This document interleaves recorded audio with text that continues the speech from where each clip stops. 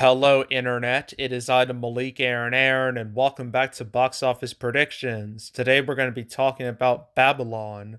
So, as usual, we're going to be going over the pros and cons. So, let's get to it. Pros. Our cast here, we got some big names on display. First we got Brad Pitt. I've talked about him several times this year, but I'm going to talk about him again. He's had a very prolific career. He's been in a whole lot of stuff, lots of notable stuff. Interview with a Vampire, Seven, Meet Joe Black, Fight Club, Mexican, Spy Game, The Ocean's Trilogy, Troy, Mr. and Mrs. Smith, Burn After Reading, Curious Case of Benjamin Button, Glorious Bastards. I don't count any voice acted roles. We're just doing live action. Moneyball, World War Z, which that's his biggest hit, right? Yeah, still his biggest hit. The Big Short, Fury. I really don't count Deadpool 2 because that was like a last minute cameo. I don't really count that. Once Upon a Time in Hollywood, and then this year he had a glorified cameo in The Lost City and a main role in Bullet Train. So lots of success. A lot of these movies have done quite well financially. Sure, he's had some duds here and there, but still, pretty solid track record. And then next, we got Margot Robbie, who's literally on all the advertising. Margot Robbie, she's had a ton of stuff ever since Wolf of Wall Street, which is considered her breakout role. There's that. Focus, which did fine. Legend of Tarzan, which somehow didn't bomb completely. The Suicide Squad, where she's the live action Harley Quinn. Obviously, that made a lot of money. She was definitely one of the main reasons people would want to watch it. I, Tonya did fine. It's a really good movie, though. Once Upon a Time in Hollywood. Again, both Brad Pitt and Margot Robbie were in that movie. Uh, Birds of Prey did bleh. Didn't do very good. The Suicide Squad tanked because of the HBO Max experiment. That killed it, which is a damn travesty. I still think it's a travesty. And then next year, she's going to be in the Barbie movie, which had one of the most bizarre trailers I've ever seen in my life. But it was definitely an interesting trailer. But yeah, she's been in a lot of stuff, very prolific. So yeah, those are our main two players, by far and away our main two players. Oh, Tobey Maguire's in this too. Might as well mention that. OG Spider-Man, the Sam Raimi Spider-Man, who did show up in No Way Home. But I don't think he has a major role, so I'm not going to talk about him very much. But he's in the movie, so there's that. Yeah, we got our two big names, Brad Pitt and Margot Robbie. Definitely, obviously well known. And yeah, I would label them as a pro. Even if their track records aren't the greatest, they're still very prolific. They're still big names, so I'm still pro. Another pro is the director Damien Chazelle. Where is he? There he is. He has made a name for himself throughout the last few years. Did Whiplash, fucking awesome movie. Probably I'd argue probably one of my favorite movies of all time. La La Land, which was his biggest hit by far and away. Got ton of success, big box office, Oscar wins. Even though the Best Picture, that whole disaster happened where they're like, "Oh, La La Land, you win," but like, "Oh wait, no, oh shit," it's actually Moonlight won. That's a moment that'll live in infamy next to the slap. Um, but yeah, Whiplash, La La Land. I even mentioned how Whiplash got it got J.K. Simmons' Oscar, and I think La La Land got Emma Stone her Oscar. I'm not too sure about that. I'm positive. I'm gonna look it up very fast. La La Land. Did it? Did it? Did it? It got like 14 Oscar nominations. Goddamn. Yeah, Best Actress for Stone. She did win, and Damien Chazelle did win for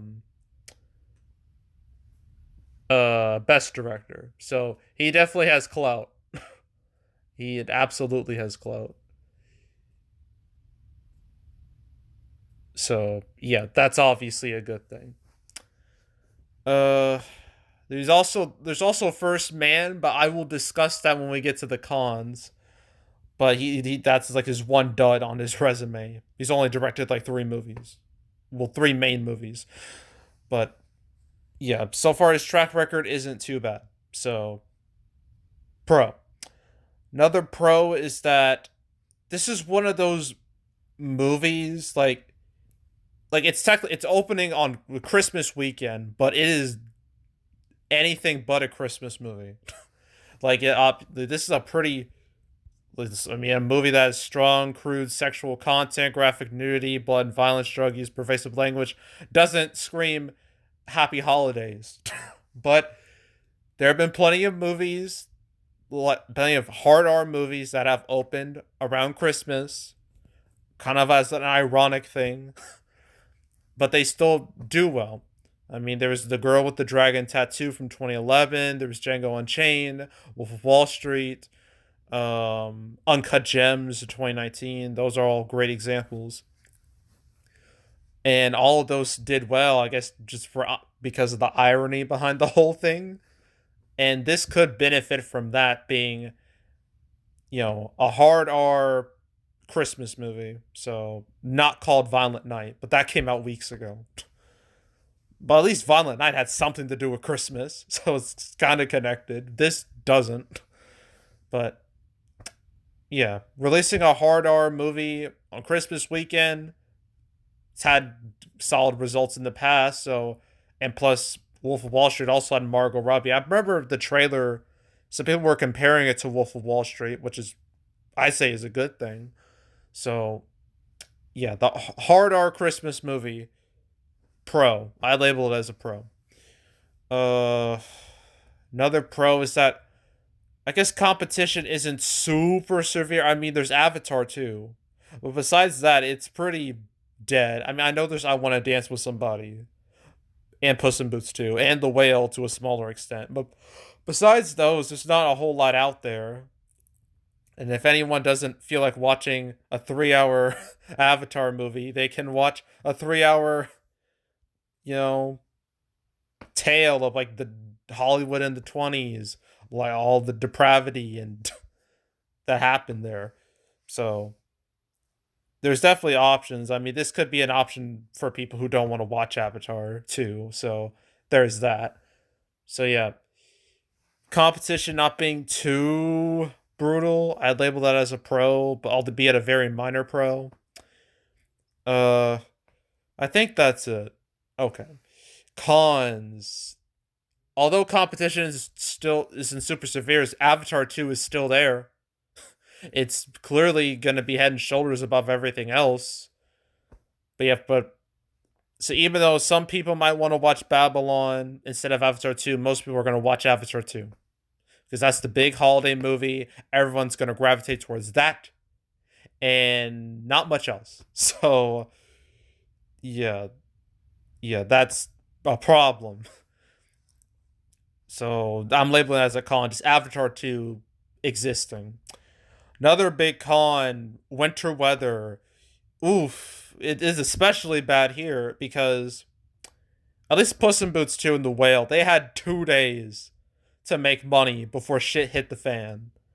Babylon is opening when the shit has been hit the fan since yesterday because the weather has been awful. It's like 3 degrees here. It's terrible. And it's not going to get any better for like the next few days. So that's a humongous problem. So Babylon has to deal with that. Really, all movies have to deal with that. But yeah, opening in the middle of that is a really bad thing. Because again, as I mentioned, The Whale, nobody is going to want to drive in these icy ass roads to watch movies. No one's going to want to do that. No one's willing to do that. So that's a humongous problem. So that's a big old con, winter weather. Another con is tomorrow, Christmas Eve. that's a death sentence for movies. Like for Christmas Eve, it's bad enough when it's on a weekday. When it's on a weekend, it's disastrous. You pretty much lost a whole day out of the weekend. And Saturday is a very important day for movies. That's when a lot of movies' box office usually increases on Saturday. Not this time. Every movie's box office is gonna plummet, and it's gonna lead to a very negative effect. Sure, there's Christmas, and the couple days after that, things will get better. But yeah, Christmas Eve is just gonna weigh the whole box office down. So Christmas Eve on a Saturday, con, big con, and I think the biggest con. Well, actually, might as well mention this first. Another con, that runtime, 188 minutes, 3 hours. We got not one but two 3 hour movies this holiday season. And while I mentioned like a 3 hour runtime isn't a humongous problem because people can in fact handle 3 hour movies. Wolf of Wall Street proved it. The Batman proved it. Endgame, all those movies show that people can handle 3 hours. But there's got to be something like there's got to be like something worthwhile for you to stay for those whole 3 hours. At least Avatar 2 has pretty effects, has spectacular visuals that can distract you from the fact that you're sitting here for like 3+ hours. Babylon kind of has that, but not really. So, and plus, it's a bit of a harder sell, much harder sell than Avatar 2. So that 3 hour runtime might be more of a problem here than with Avatar 2. So the 3 hour runtime for a movie like this is kind of a con. But the big con is that obviously this movie was made to win awards. It was made to be Oscar bait. It was made to be an awards flick, a big holiday awards flick. That was no doubt the intention. And it is not going great at all. Its critic score is a 55%, which pretty much kills any awards chances right there. And its audience score isn't exactly booming either. It's like a 71%, which is definitely a sign this movie is super divisive.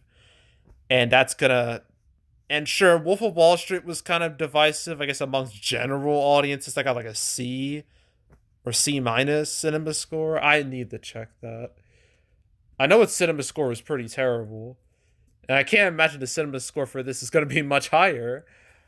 But yeah, those scores, that's not a good sign at all. The Wolf of Wall Street got like a C. Okay, I imagine it'll probably be the same, maybe a little worse here. But yeah, ugh, lackluster critic response, lackluster audience response, big cons right there. It's kind of the same problem that Amsterdam had, which, funny enough, also had Margot Robbie. This has not been a great year for her. Hopefully next year with the Barbie movie she can recover, but ugh. She had two misses with awards bait. And I might as well mention another con. I mentioned this many times, but I'm going to say it again. Awards bait is poison this year. It really is. No movies have been able to succeed when it comes to like Oscar bait. I mean, there's a whole graveyard worth of movies. There's like She Said, Banshees of Inisherin, whatever, Armageddon Time, Till, Tar. Those are like the main ones I can think of at the moment. Fablemans. Yeah, it's been bad, and I don't expect it's gonna get any better here. So yeah, being an Oscar bait movie, is a big old con. And that's it. So opening weekend, we gotta do 3 day and 5 day. I opening. I just can I just say this? Opening a movie literally the day before Christmas Eve is so weird because you're literally screwing yourself immediately. Like this could have opened on Wednesday and not much would have. Like it probably would have done better Wednesday. It wouldn't have to deal with.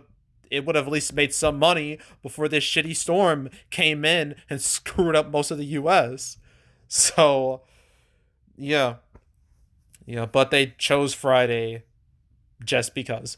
So, opening weekend, oof, man, I'm gonna say for the 5 day, No, the 3 day week. There's no 5 day. Shoot, 3 day, just normal old 3 day. Because Puss in Boots and the Whale, those are 5 days. This is 3 day. God, Christmas is so confusing. I hate doing Christmas movies. They have to make things so weird with scheduling. But anywho, for the 3 day weekend, I don't see this making double digits. I really don't. I could see this. How much did Amsterdam make? Or what was Amsterdam's opening weekend? I need to check. Because that's a very good comparison. Amsterdam, Amsterdam, where are you?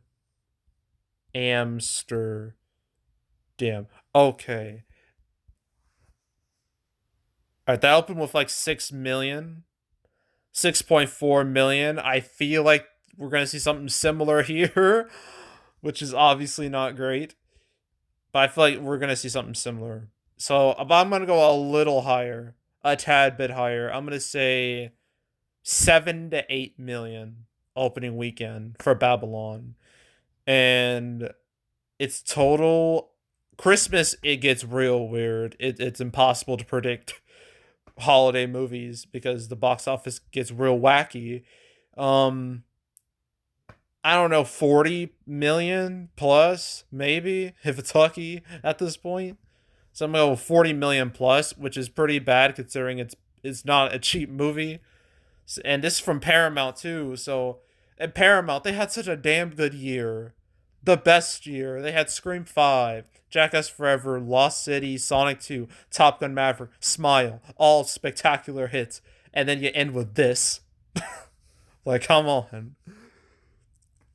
But doesn't change the fact Paramount is definitely number one when it comes to the studios this year, when it comes to hit to miss ratios.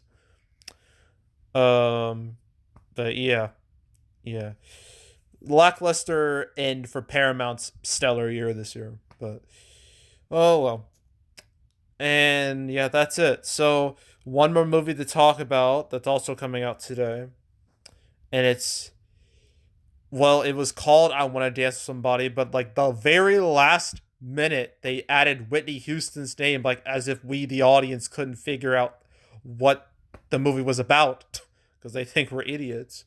So now I'm doing Whitney Houston, I Want to Dance with Somebody.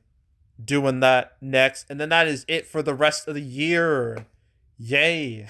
And then we move on to 2023. You won't be seeing another prediction video from me till like the 6th after I make the Whitney Houston video. So yeah, stay tuned for the Whitney Houston video. But yeah, that's it. That's all. Make sure to subscribe, like this video, leave a comment, turn notifications, share the whole drill.